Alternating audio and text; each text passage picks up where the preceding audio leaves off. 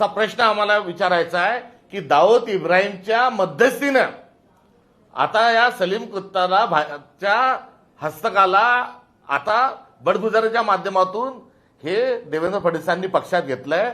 बडगुजरांना पक्षात घेण्याची थेट सूचना ही दाऊद इब्राहिमनी केली होती का, असा एक प्रश्न हा महाराष्ट्राच्या समोर हा निर्माण झालेला आहे। त्यामुळे दाऊद इब्राहिमची बेनामी जी संपत्ती आहे तिथे आता भारतीय जनता पार्टीला स्वतःचे कार्यालय उघडायचे आणि स्वतःच्या मंत्र्यांना ती जमीन द्यायची आहे।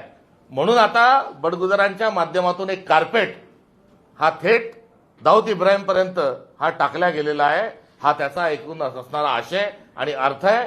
त्यामुळे एका अंडरवर्ल्डशी संबंधित माणसाला आणि हे आरोप कोणी केले हे तुम्ही आपणच केले आहेत। एसआयटी नेमण्यासाठी कोण सांगितलंय, आपणच केलंय। फडणवीसच सांगतात की खूप गंभीर आहे, असंस्कृत आहे। उपमुख्यमंत्री सांगतात की हा कुत्र्याचाही अपमान आहे।